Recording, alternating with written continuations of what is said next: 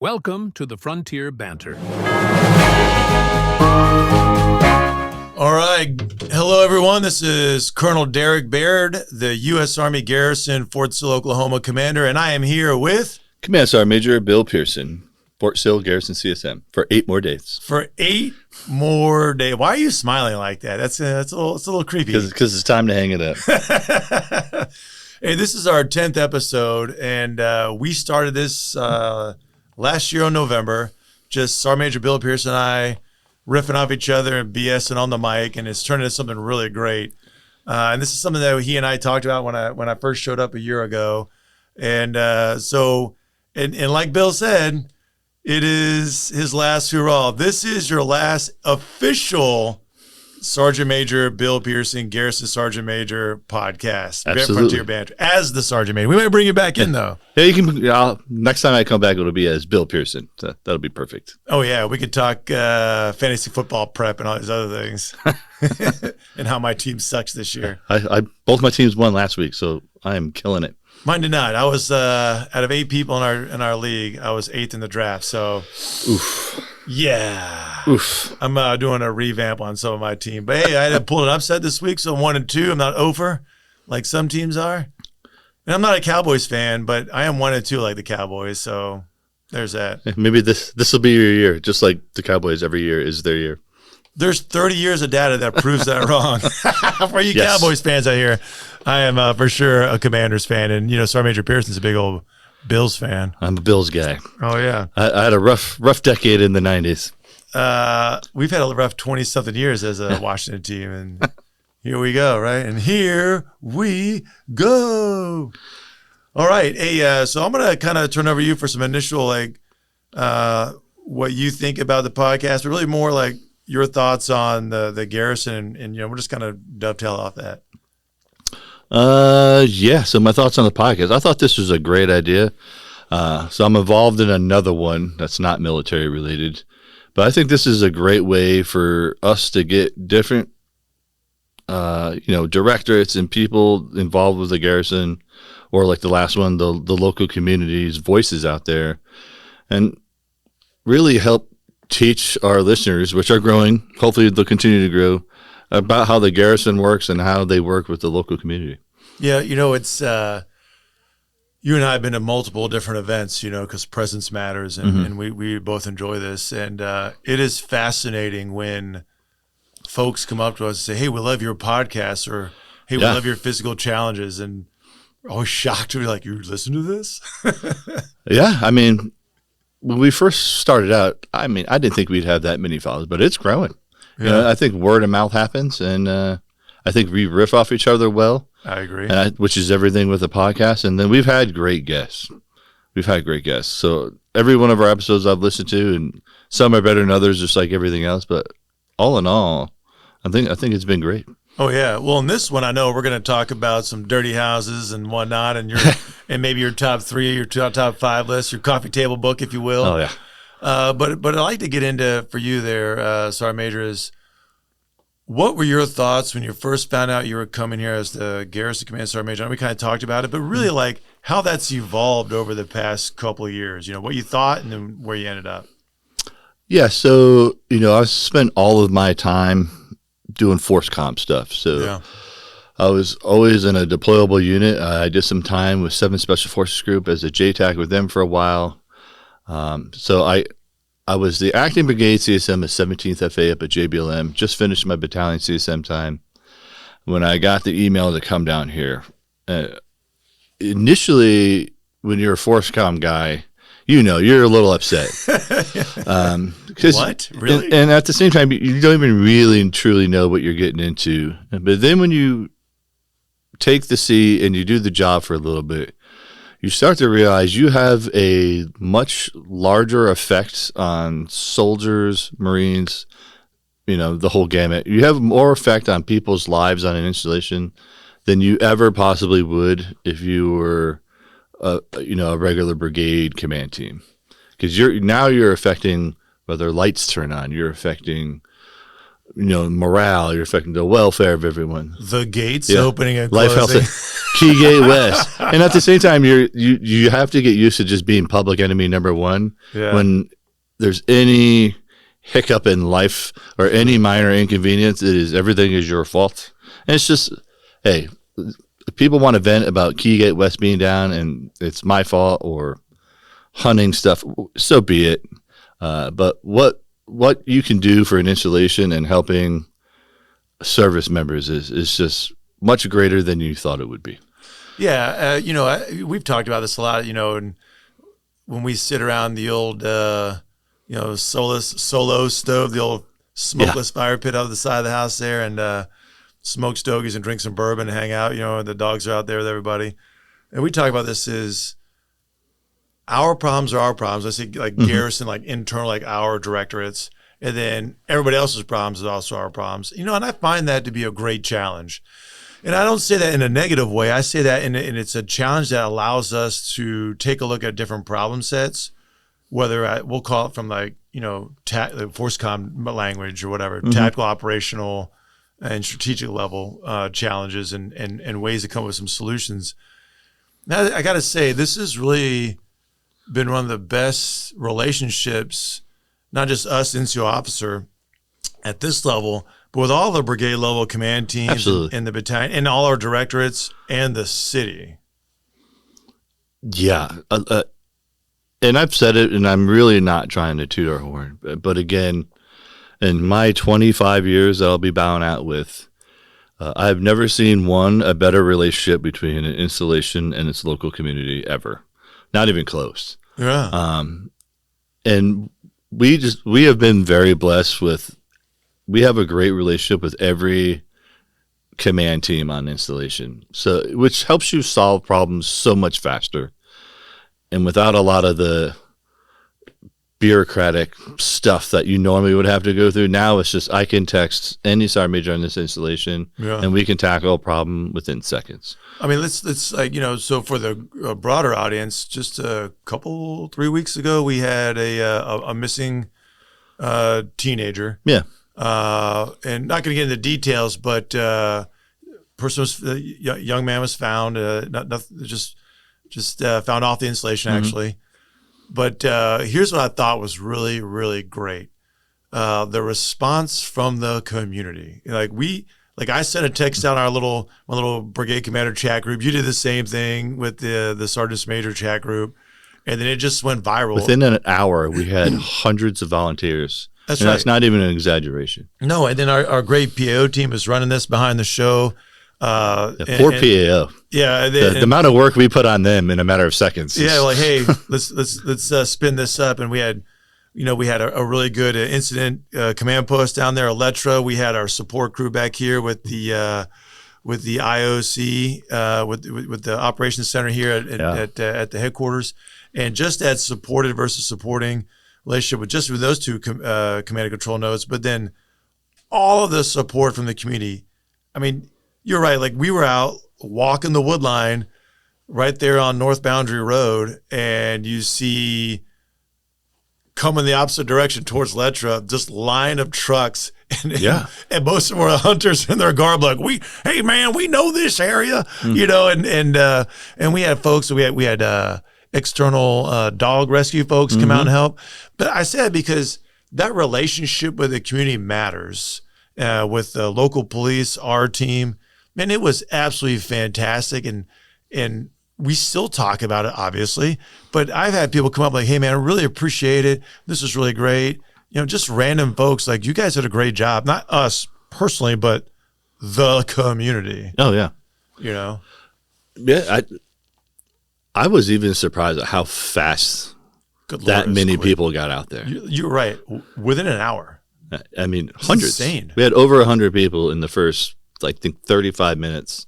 Yeah. Of 2 text messages going out saying, "Hey, we could use some volunteers." Yeah.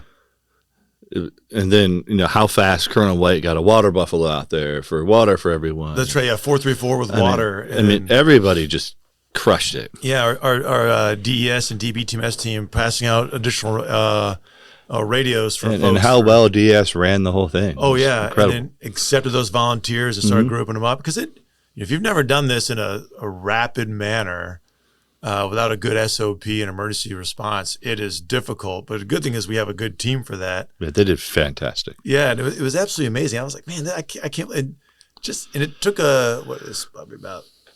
I mean, we put the notification out about 8:08. About that. And I think about an hour later, people were just crashing down, and then it was crazy, but it was really great. It goes to the relationship piece that you just talked about, and so hey, when you first got here, what was something that was on your mind? Like, okay, I'm here, I'm a sergeant major, I'm Sergeant Major Bill to go to Pearson, and what did you want out of this job, and how did it change? I mean, when you first get here, like I had no idea what I wanted out of the job. I was still trying to figure out what in God's name a garrison CSM did, right? Because we know when I was a battalion CSM or brigade CSM up at JBLM, we had a great one, Sergeant Major Petty, who went on to become the armorer commandant CSM, and I didn't interact with him that much, right? So I really didn't know what one did. Like I saw him at barrack stakeholder meetings. I saw him with like boss stuff, but day to day, if you asked me what he did, I couldn't tell you. So when I got here, one, I want to learn what we did, and it throws you off because you realize green suiter wise, what did we have? And any given day, we had between 20, 23 green suiters. Yeah. So like, what am I going to be doing with 23 people? Then you realize that it's not about green suiters. It's the one thing that I constantly put out is that I'm your sergeant major too. Is you're the sergeant major for all the civilian employees too. You represent everyone. It's your organization, and so really what I wanted to get out of it was to let everyone know that regardless of whether you're wearing a uniform or whatever you wear to work every day, is I'm your sergeant major too, and we all got to come together and solve whatever problems it is to keep this machine that is Fort Sill running. Yeah, and it's great as we walk around because we do a lot of battlefield circ because you kind of have to. I mean, desk side leadership is poor leadership, if you ask me. I mean, you got to do it sometimes for administrivia and some other things, but getting out there, hearing from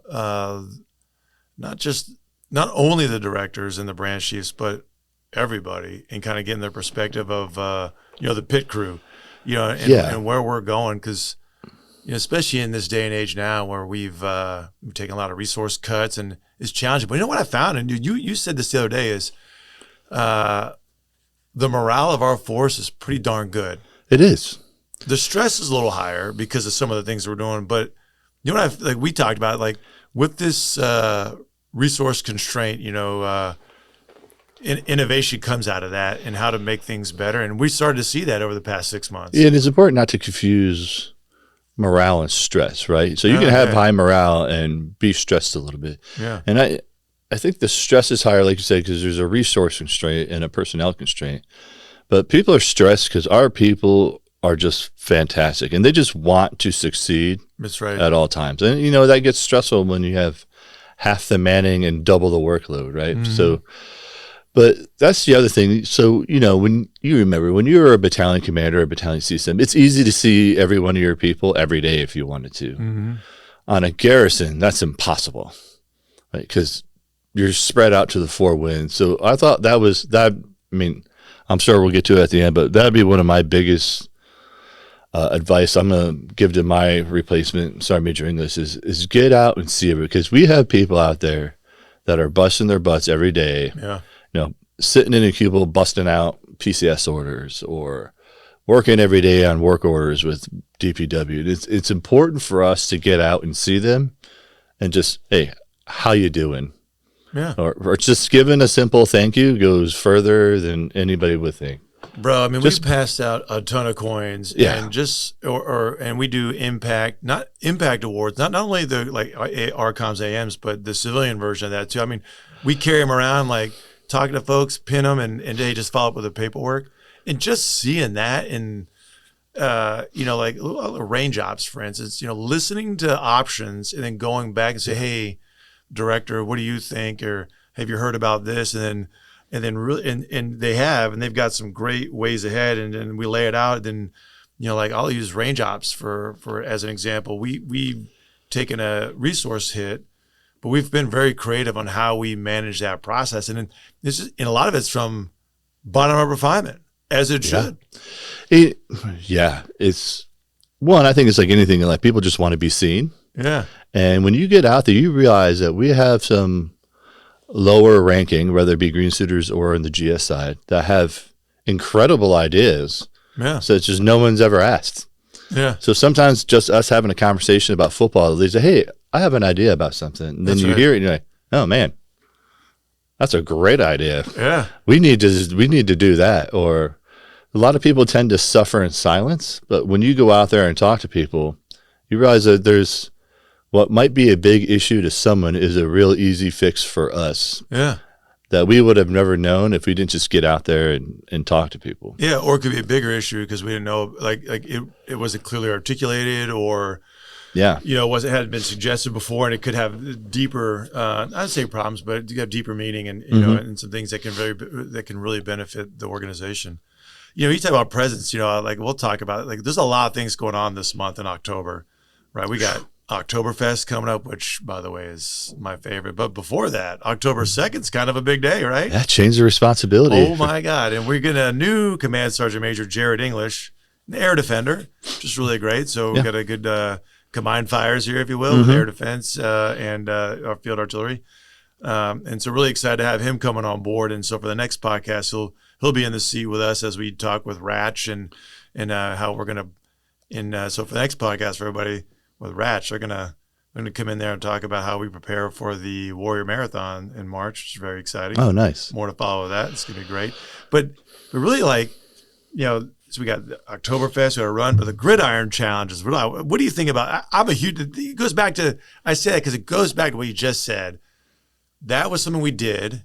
Then it went away, and then the team at the Patriot Club was like, "Hey, this has been making one. It was a lot of fun for everybody, making us some money." And it's a great social event. It gets people together. The community loves it.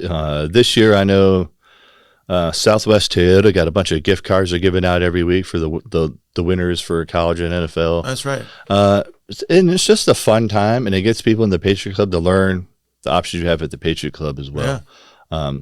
I did not do well 2 weeks ago, so we'll see how I did this week. I flubberbugged. Yeah, I fell right off the top 10. So hey, I was number 2. Yeah. I was tied for number 2, and then for NFL and 3 for college, and then I did not do well. But it's good to see how many people are participating in it. Mickey over at RMO, she is absolutely crushed. I think she's top of the leaderboard on both. Yeah. So I am a little jealous. Yeah, she does some really good research. So, But, I mean, Gridiron Challenge is a great time. Everyone loves it. So everyone listening, come out Thursdays. 1800 at the Patriot Club. To the Gridiron Challenge. The good thing about the Patriot Club, this year, you and I had talked about this and make it the year of the Patriot Club. We've had some fits and starts, but we're ramping back up with what we want to do there. And the Sheridan Room is getting upgraded, and that's huge. Yeah, it's going to be great. Jack Daniels is sponsoring some good stuff there. Yeah, I won't see it finished. Well, maybe we'll see like the soft opening for my farewell. Maybe. Yeah. No, it'll happen for the soft. But it's going to be great to see it, and I'll still be showing up the Gridiron Challenges and all that, even after I walk away from this job. But I'm excited for it. I am too. I mean, Miss Sarah Gersper and our MWR director and Ethan Briner down there now, just crushing it. So, he officially moves in there on October 2nd. So we've got a crew there that's really gonna really take that into the next level. Really excited. And again, it goes back to listening to what your organization wants. And we get a little impatient with some of the processes because they're old processes. That's what I would offer up is for those out there, whether you're in a garrison or in some other command, whether it's a Force Com TRADOC, some of our processes are just antiquated. Well, this is always how we've done it, or this is what the process is 20. You know what I don't do? I'm a gamer nerd. I don't have a 20-year-old TV or a 20-year-old system. That's gone the way of the dodo. garrison or not, it's the worst line in the military is we've always done it this way. Yeah. Like, it's okay to change stuff. It is, because things evolve, like a gaming system or TV. Yeah, I love 20-year-old cars, but they're antiquated. I'd like to have a new one. Well, I mean, I don't, but you gotta evolve these things, and oftentimes you get impatient, like, oh my God.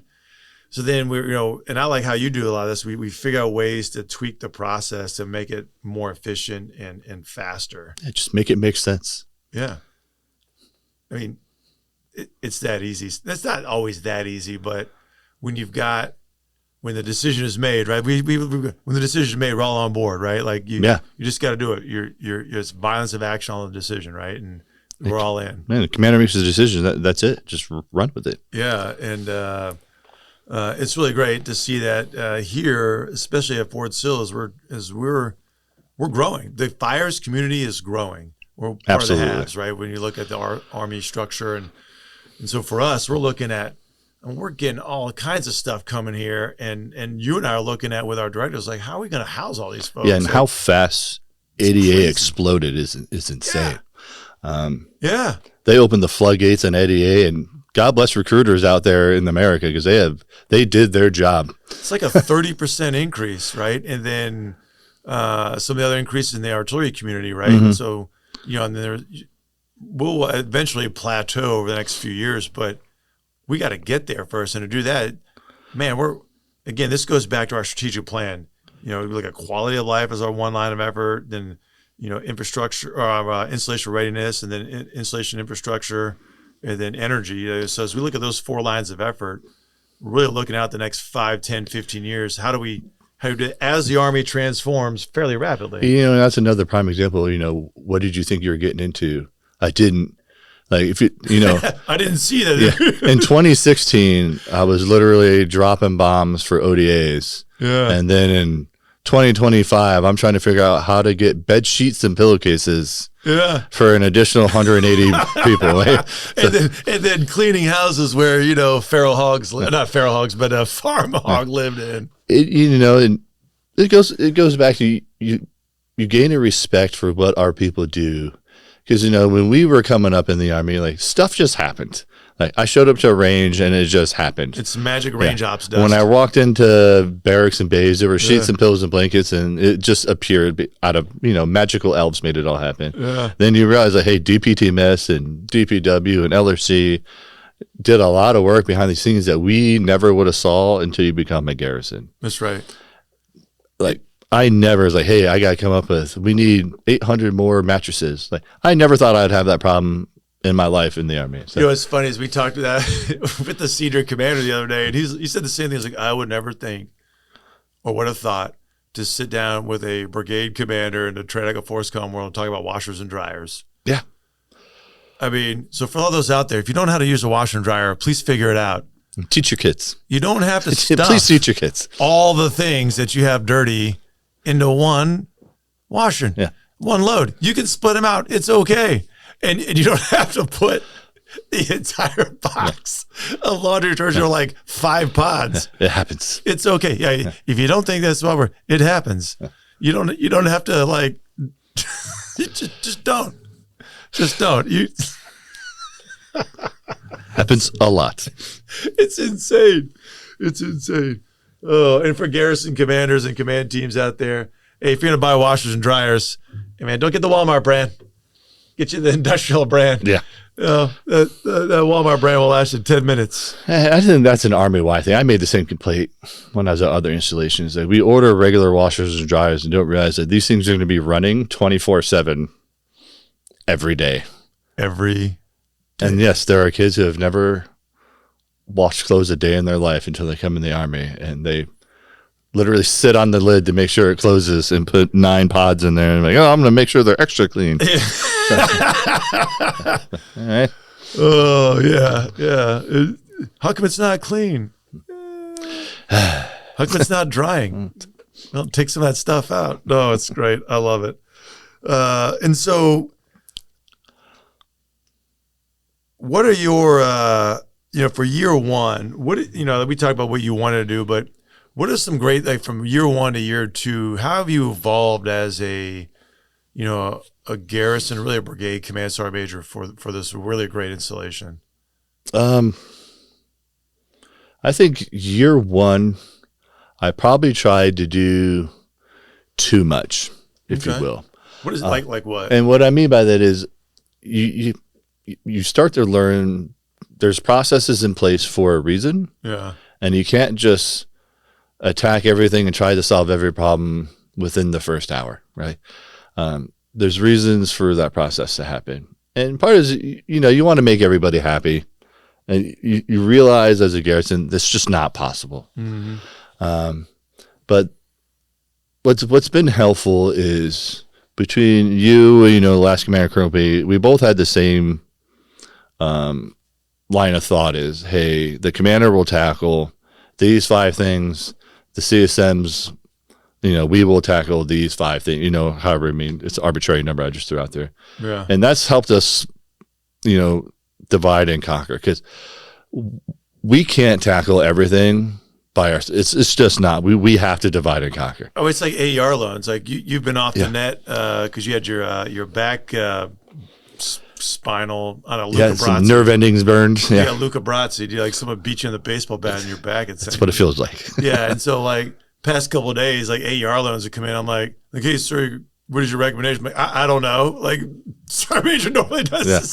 So I'm dialing you up while you're on your painkiller high. I'm like, hey, should be, Sergeant Major, how does this work? You should be thinking up and out, and let the Sergeant Major worry about barracks and housing and AR loans. That's really should be our lane anyway. And, you should be worried about, hey, how do we become energy independent? How do we become energy resilient? How do we get the garrison to 2040? Yeah. Tackling the senior commander's intent. And you can't do that in a garrison, especially with just the daily problems that arise. You gotta split it up, because we can't, or you'll just fail if you try to be everywhere at the same time. No, and it's really great. I often hear people say, well, I'm going to empower my non-commissioned officers. I hate that saying. I'll say it again. I hate that saying. You don't empower NCOs. They're already empowered. Yeah. Through Army regulations, guidance, customs, and courtesies, you name it, and then just by positional power, right? What I often tell people is it's not empowering, it's delegation of authority, or at least giving your subordinates in general, whether it's sergeant major or director or young lieutenant, whatever, give them the decision space to do things and then back them up. Like, I remember you and I have talked about this with a couple, like, for instance, like, Sergeant Major Pearson said, we're going to do XYZ for barracks. I'm like, okay, we'll do that. We wanted to hear from you. I'm like, well, do what Sergeant Major said. Like, we have zero daylight in between us. Now, you and I have some great discussions behind, like, hey, does this make sense? Or, hey, Sergeant Major, what do you think about this? Or, hey, sir, what do you think about that? And then we'll like, okay, a lot of times, once we kind of figure this out, it's okay, then we'll move out and draw fire. That's the other thing some people need to realize is you may not agree with a decision from one of us, but I promise you, we've talked it out. Yeah. That conversation has happened. You may not have seen it. We will never disagree in public. Yeah. We've disagreed plenty behind a closed door. Oh, yeah. You should never be in an echo chamber anyway. You want a challenge agent, and not a challenge agent like someone always challenging you. You don't need that. Yeah. But you do want someone to say, hey, have you thought about this from a different perspective, or, in a legal aspect, or you name it.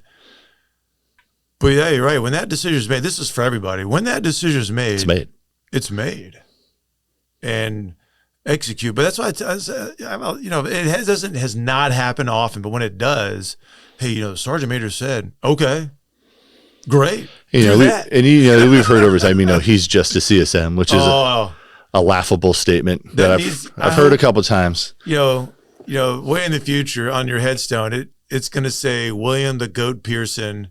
He was just a CSM. I would actually love that. Tamara, let's make this happen. That is just a CSM. Oh, that would be great. It's funny. Like, I laugh at it. When Tamara hears it, my wife, she gets just irate. Oh, yeah. And I have to tell her, like, if I'm not worried about it, you shouldn't worry about it. But it's just her being a good partner in life. Oh yeah. But yeah, she gets furious.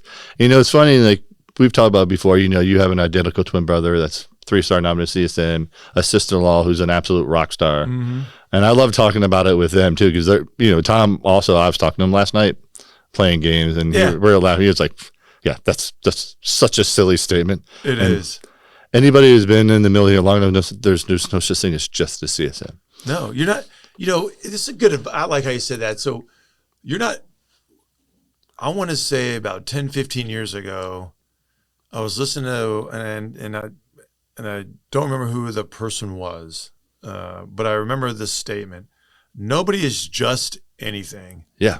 Like, you're not just a lieutenant. You're not just a private. You're not just a garbage truck driver. You're not just a PAO. You are part of a team that's doing things. You're a part of a team that is executing your mission set to make your team successful in your operation that you're doing. Yeah. So when you're like, well, you're just this, you're not. Or you're only this. No. You're a part of an organization that is churning to make things happen. And so when I hear like, you're just this, and I always stop them like, you're not just anything. Or when somebody goes, well, I'm just a this. You're not. You are a cog in the wheel that if that cog gets taken out, it may cause some problems. You know, just or a private will cause problems. Just a private won a Medal of Honor in World War II. You know what I mean? Yeah. So it's like, Hey, how many jumps do you have? I just got 3. Sicily, but you got a mustard Salerno. stain. I just had a few, you know. Yeah, but you got a mustard stain, right? You know, on top of your jump wings. You know, so it means you jumped in combat. Yeah, but I've only had like 3, you know, but you know, you got folks that have had hundreds of jumps, but not in combat, right? I just had, you know. Yeah, that's people are being very humble when they do that, though. Don't get me wrong, but no one is just anything. You're part of an organization or a team, whatever level. It could be a team of 1. It's not really a team. Team of 2. How's that? Team of 2. Team of 2. If you're a team of 1, it's kind of weird. Maybe it's you and your thoughts. That could be a team, I guess. then you're just crazy. Could be. This is maybe. Maybe I'm crazy, I guess. No, it's good. And so as you move into the second year, what did that look like? Because I know you just went from to be a senior mentor at the pre-command course or the garrison pre-command course. You know, and I know one of the things that I heard going there, and I've heard from pre-command courses before, is the first 90 days and the last 90 days in command or in you know, as a command team, you're spinning like, let's go, let's do all the things. And then it's the first 90 days, and the last 90 days, same thing, and everybody's just waiting for it. Yeah. I think it's different with a garrison too, though, because when you first come into garrison, everything is such a fire hose of a new language that you're learning. Yeah. So I really think your first 6 months is just learning this whole new, different side of the Army and different language, which is why I like how we are kind of falling into it. It's really lucky how we're doing it. You know, when I first came in, Colonel P had already been in the seat almost a year and a half. Yeah. And now when you came in, I already been in the seat an hour. So at least there's always one of us who's been in it a little bit and has now kind of learned who's who in the zoo and understands the language. And I think so your second year in garrison, now you're really running because now you're understanding how all the cogs spin and work, and you're understanding all the garrison isms. I really should say IMCOM isms, installation management command. Now you're understanding how everything works. That's right. Now you're dangerous, right? Yeah. Now you can really affect stuff. But you know, your first year, I mean, especially me as a garrison CSM, a lot of times problems would arise. I'm like, hey, who do I call for this? Yeah. Like, I have no idea. Now I know, hey, out there, 99% of my problems, I'm like, I better call Paul Gatby. Yeah. And if I don't know, he's going to know who I need to call about this one. Or like if, like I found, like when I talked to our resource management folks, you talk about like language, like that's a language within a language. Yeah. You talk financial language, like, oh, we're this MDEP and this IPEG. I'm like staring, I'm like, what peg? Yeah. Like My brain has stopped working. Right? Like TT who? Like SS what? You know, and so I this, TT that, you know, and so having that Duolingo 5x8 cards. Be like, hey, give me a second. I need to find out what you just said. I mean, it's just like when I was at helpful. the Garrison Command Garrison, it was just acronym Soup. and I was like, I don't know what it is. They're like ISR. I'm like, oh, I know that. Intelligence, surveillance, and reconnaissance. Like, no, installation status report.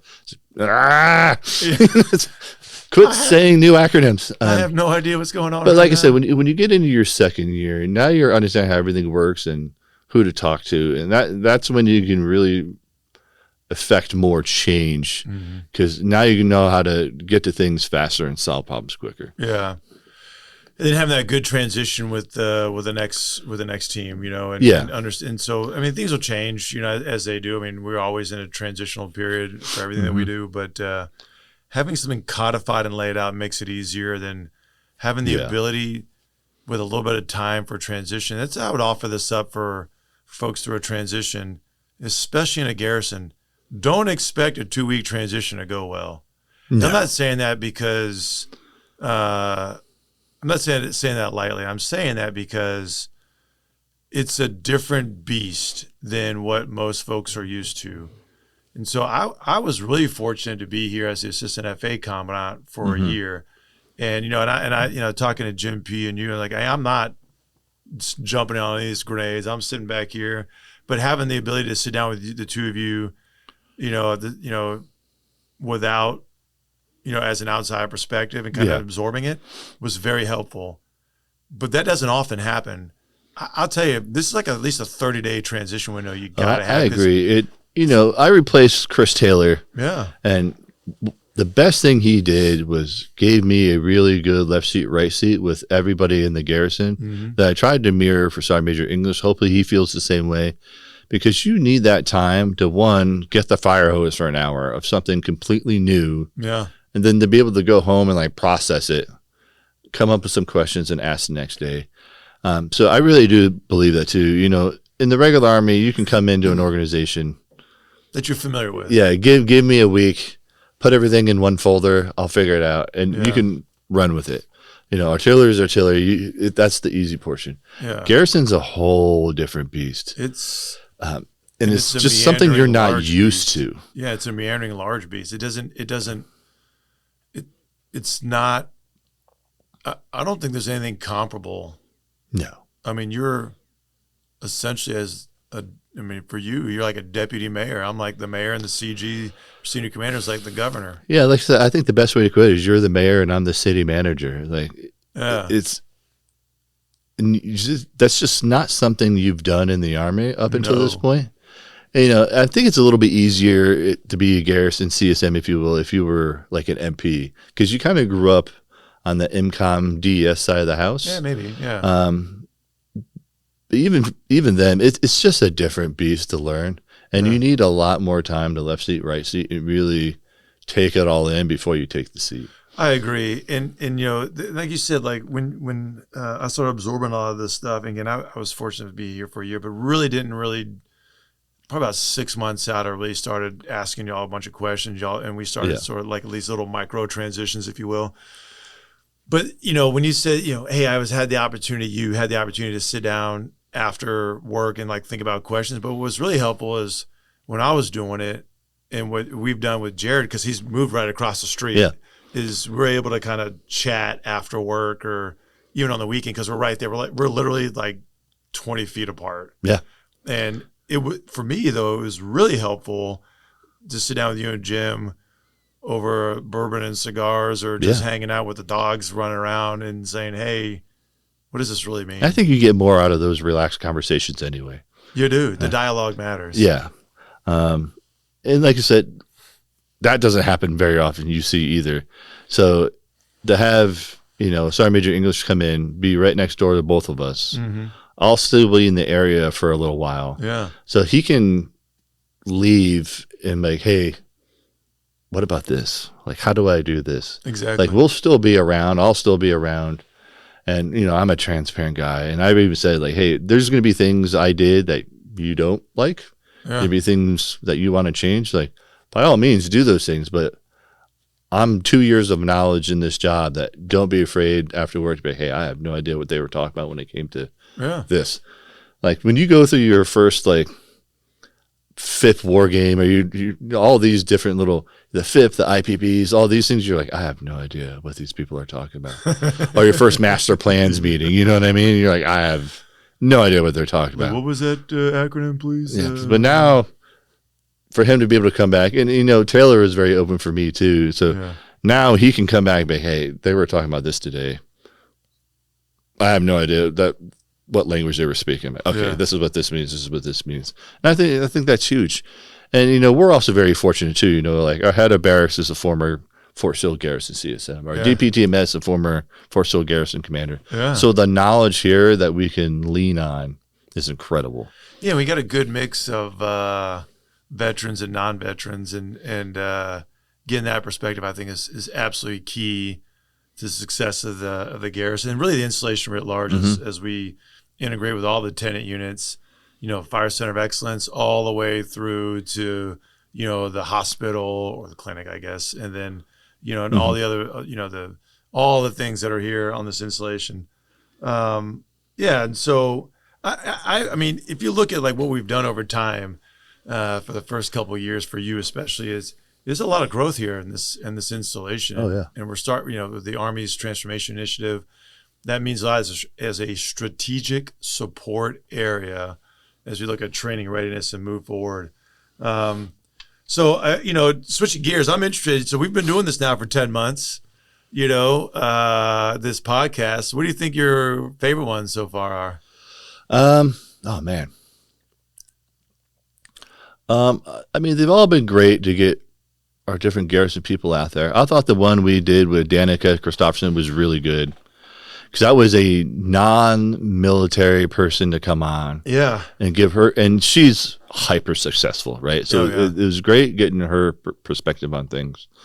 And honestly, I thought the one we did with the Mayor Booker, and the city manager John Ratliff was really good, because now we're getting the community perspective on the relationship with us and how everything's grown. Those are probably my two favorite. Oh, that's cool. I think I would agree, and I'm with you. I like them all, and I'm not saying it just because fluffing everybody up, but it's good for us to bring people on. Like I enjoyed the one with DPTMS. I mean, it's such a wide ranging thing. It is. It's massive. Or like MWR, we haven't actually finished with them yet.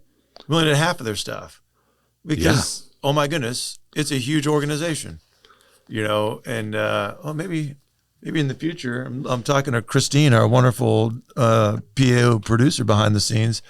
Maybe in November we can do this at the Patriot Club. That would be cool. We could talk Patriot Club stuff and the second part of MWR. That'd be really great. I mean, there's a lot of really cool. My favorite things always are I call it our blooper reels, like some of the craziness that's happened on this installation. I mean, heck, that I would say the weekend after my change of command, we had like a mini hurricane here. It was insane. Oh yeah, I forgot about that one. Yeah, and like we were walking around it was like knee deep water everywhere. It was insane. Or, some of the.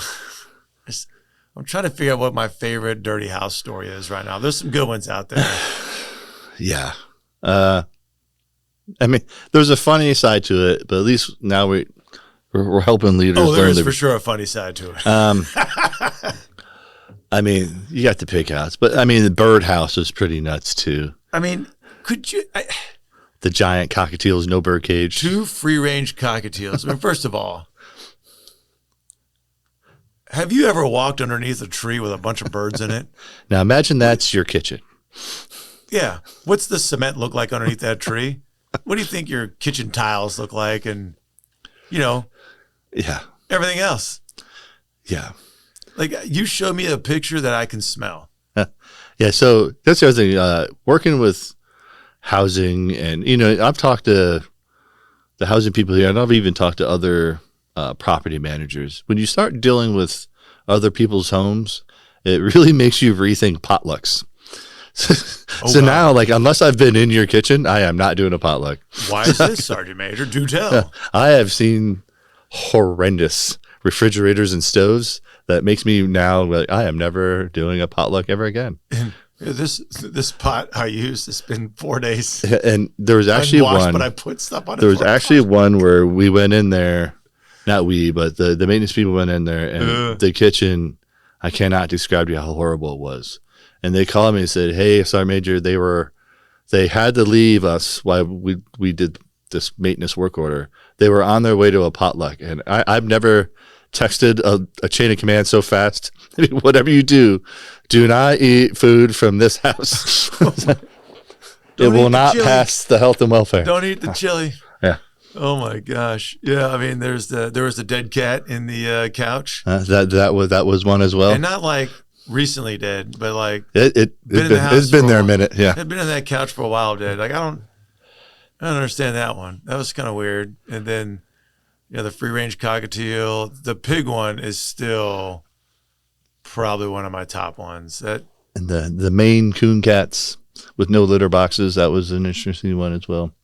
We've had several litter box moments. Yeah. We've had, oh my gosh, if you're in the know, you're in the know. But we've had several litter box moments. It's been a fun ride. It's been I'm telling you, man, you got to put this book together. Dirty House, this coffee book. Yeah. It's like scratch and sniff. Scratch and sniff version. Yeah. Oh my God, like pop up. Oh my God. All right, we're doing this. We got to find a publisher. If there's someone out there who wants to do this, get in touch with Command Sergeant Major William Pearson. Oh, Bill the Goat Pearson, because oh my God, that would be the greatest scratch and sniff pop up. I would buy it. You could be like Kramer on Seinfeld. We're out there, you're Regis and Kathleen talking about your coffee book. Oh yeah, I like this idea. I might run with it.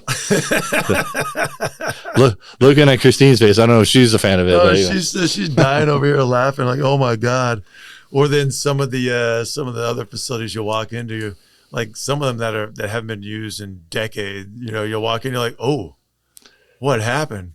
Or when soldiers break into it, yeah, oof. Like, what were you eating? Yeah. Yeah. Yeah. There's no need to get into that one. Yeah. I have seen some things, man. It scarred me for that. I've been deployed, but I've been really scarred from this, Yeah. Abandoned barracks, far worse in Afghanistan. Oh, my God. Like, you're just like, what happened? What happened? Oh, it's great. No, it's really good, though, and it's been a fun 2 years, and it has. I know Joker, my dog Joker's really enjoyed hanging out with Tamara and your girls. He's hanging out with me yesterday on the couch. Yeah, making sure you were okay. Yeah. As I was sitting at city council, which I love me some city council. But it's good. It's a ton of fun, man. But yeah, now looking forward to it. We got Oktoberfest coming up this month. Mm-hmm. With an Oktoberfest run, so we'll be tapping the keg again. I think we're going to AUSA this. It's a big deal. AER. Yeah. Well, the third year in a row, winning large installation for AER donations. That's incredible. Yeah, and I'll toot your horn for you. You and our AER team there with the team, and we set a goal last year for what, 150? I think it was 150. We're about 180. I think is what we got. 200. I think we got to 200. Yeah, we got to 200. And this year we had a pretty expansive goal at 250,000 because of the Army's 250th birthday. And my word, did we crush that? Absolutely. Like 300,000 plus.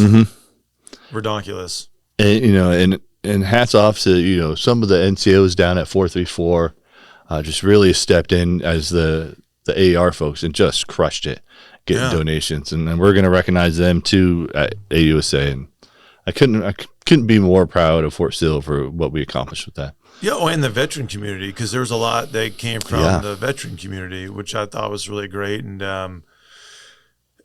having the opportunity to go out and talk to folks about it, not just on Fort Sill, but around the Lawton, Fort Sill area. And it was very, very appreciative. And I mean, and the team doing that, we have an award-winning boss program, Sergeant Major and Ethan Briner at that. Yeah, last year we won the Gold Award from President Biden, was the one they get for volunteerism, and they continue to just keep crushing it with volunteering. Yeah. I mean, just this past weekend, we had a team out there that was helping the Red Cross install fire detectors, and some of the less fortunate neighborhoods throughout Lawton, and just couldn't be prouder of those people. Man, volunteer, like, we talk about purpose a lot. I tell people you got to find your purpose, and otherwise you go wayward. I'm not talking like I want to be the best fister. I want to be the best, NASCAR. Like what is the thing that absolutely drives your train? For me, it's family and service, and having those young soldiers out there volunteering, doing service for the community, like selfless service. That means something. Like that absolutely, like it's like the love language. It hits the feels. Yeah, I've always felt that that's the legacy you want to leave behind too. And I was talking about it with Amanda downstairs the other day. Is I'll leave here, and it's the Army, right? So a month later, I'll be a distant memory. Sergeant Major English will be running with it, and the Army cogs keep moving. So, and when I die one day, I don't want to be known as the best garrison CSM. You were just a CSM. Yeah, I was just a CSM, right? So, I want to be known as, a good dad, a good husband, and, someone who gave to the community. That's what the legacy should be. That's right. I mean, soldiering was obviously a huge part of my life. GWAT was my entire 20s and 30s. Yeah. But that'll still just be a blip on the radar because we all have a wear out date in the Army, and you'll be forgotten about. It's just the way it is. The Army cogs keep moving. Your wear out date's coming up. Yeah, my wear out date is in 8 days. Well, at least for the garrison, in there's 6 or 8 months. Yeah, and then I move on to the civilian world, which is fine. Yeah, I made my mark. It's time to move on, and now we'll be able to make every soccer game, archery tournament, softball game, whatever new ism my daughters are into nowadays, and do some hunting. I'll do some hunting. I've also now on the board of directors for Southwest Oklahoma Red Cross. That's so cool. So I'll be able to continue to give back to Lawton and the Southwest Oklahoma area. So it's really great. And then hopefully your back makes it that long.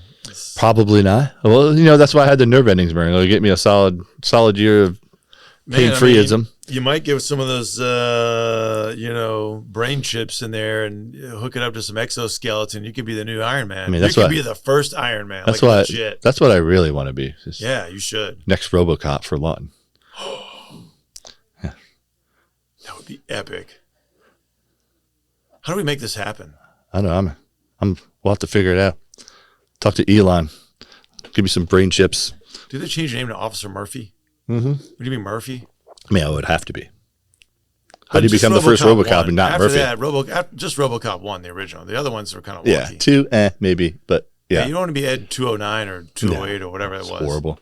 Yeah, you don't want to be that one, that Robo. You want to be like Murph. I love that we're both just nerds.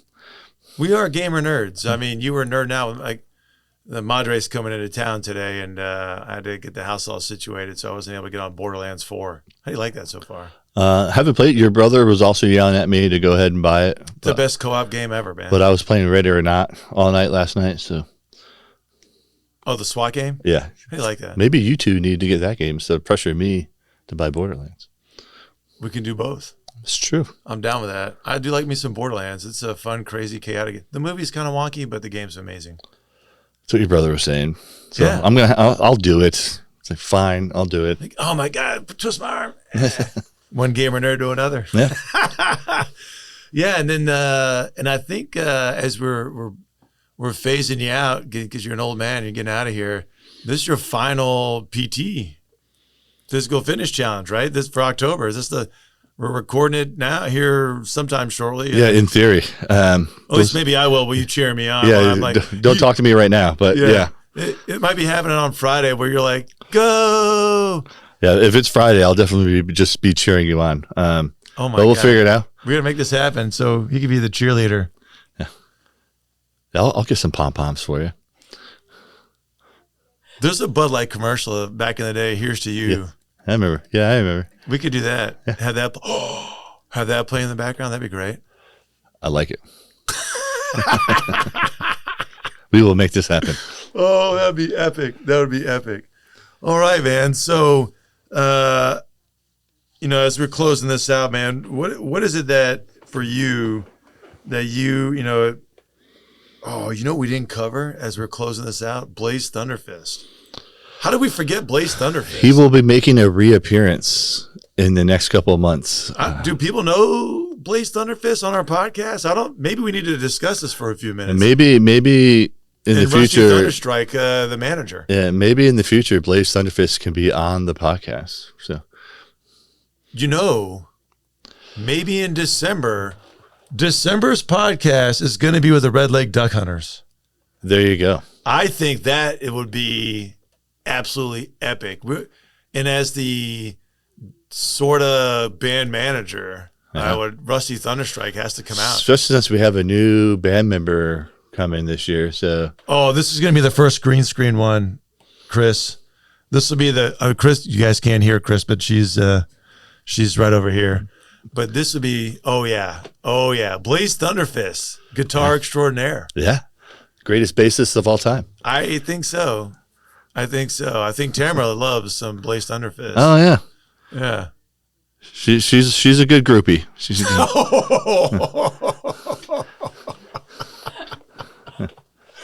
Oh my God. I love it.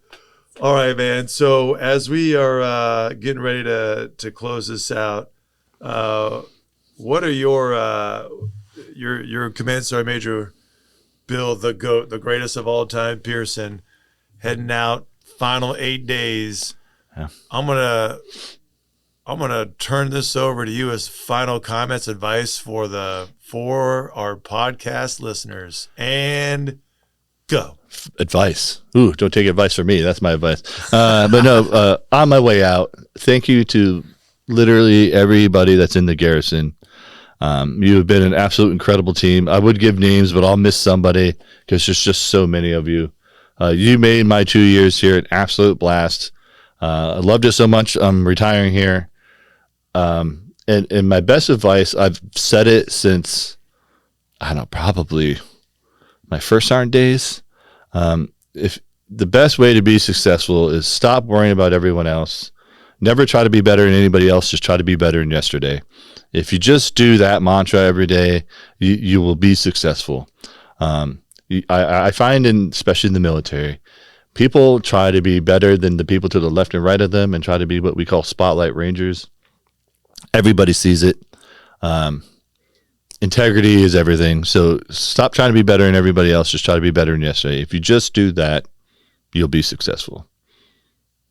Heck yeah. And looking forward to seeing what it looks like for you in the future as a Lawtonian here. Yeah, I will be a Lawtonian. I'm going to the FISTA, and it'll be a great time. Yeah, it's going to be really great. And so for our listeners out there, really, again, thank you again to Command Sergeant Major Bill Pearson for all that he's done for the garrison, the installation writ large, Lawton, Fort Sill. And then for next week, or for next month, we're going to have our Reynolds Army Clinic, and they are going to be here, and we're going to discuss ways to prepare for the Warrior Marathon, other long-distance training, some good dietary and nutrition and other things that we want to talk about as we banter along. It'll be absolutely fantastic. It'll be great. And again, it'll be the new Sergeant Major English, and every time you put your heart and soul in an organization, you always worry when you leave that it's going into good hands. And the amount of time I've spent with Sergeant Major English so far, I absolutely am leaving it in great hands. He's a great Sergeant Major, great husband, great father.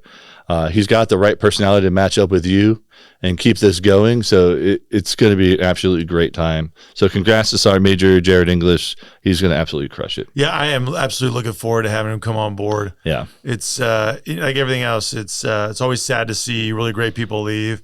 But like in the Army, you always got to onboard new folks and just spin them up and get them going. And he's going to do a fantastic job. I agree. So thanks again, brother. It's been an amazing ride the past year. You still live right across the street for at least the next 6 months or so.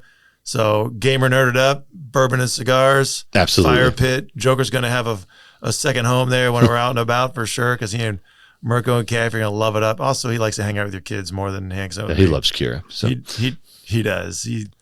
That's kind of hilarious, actually. It's weird. Yeah. It's kind of funny. It's because my house goes right up to her room and like, hey, open the door. Like, someone open this door. I can't do it. So, all right. Hey, thanks a lot there, Podcast Land. We'll see you on the next go around. Thanks a lot, Sergeant Major Pearson. Good luck in the future, and we'll see you on the high ground. We are America's home.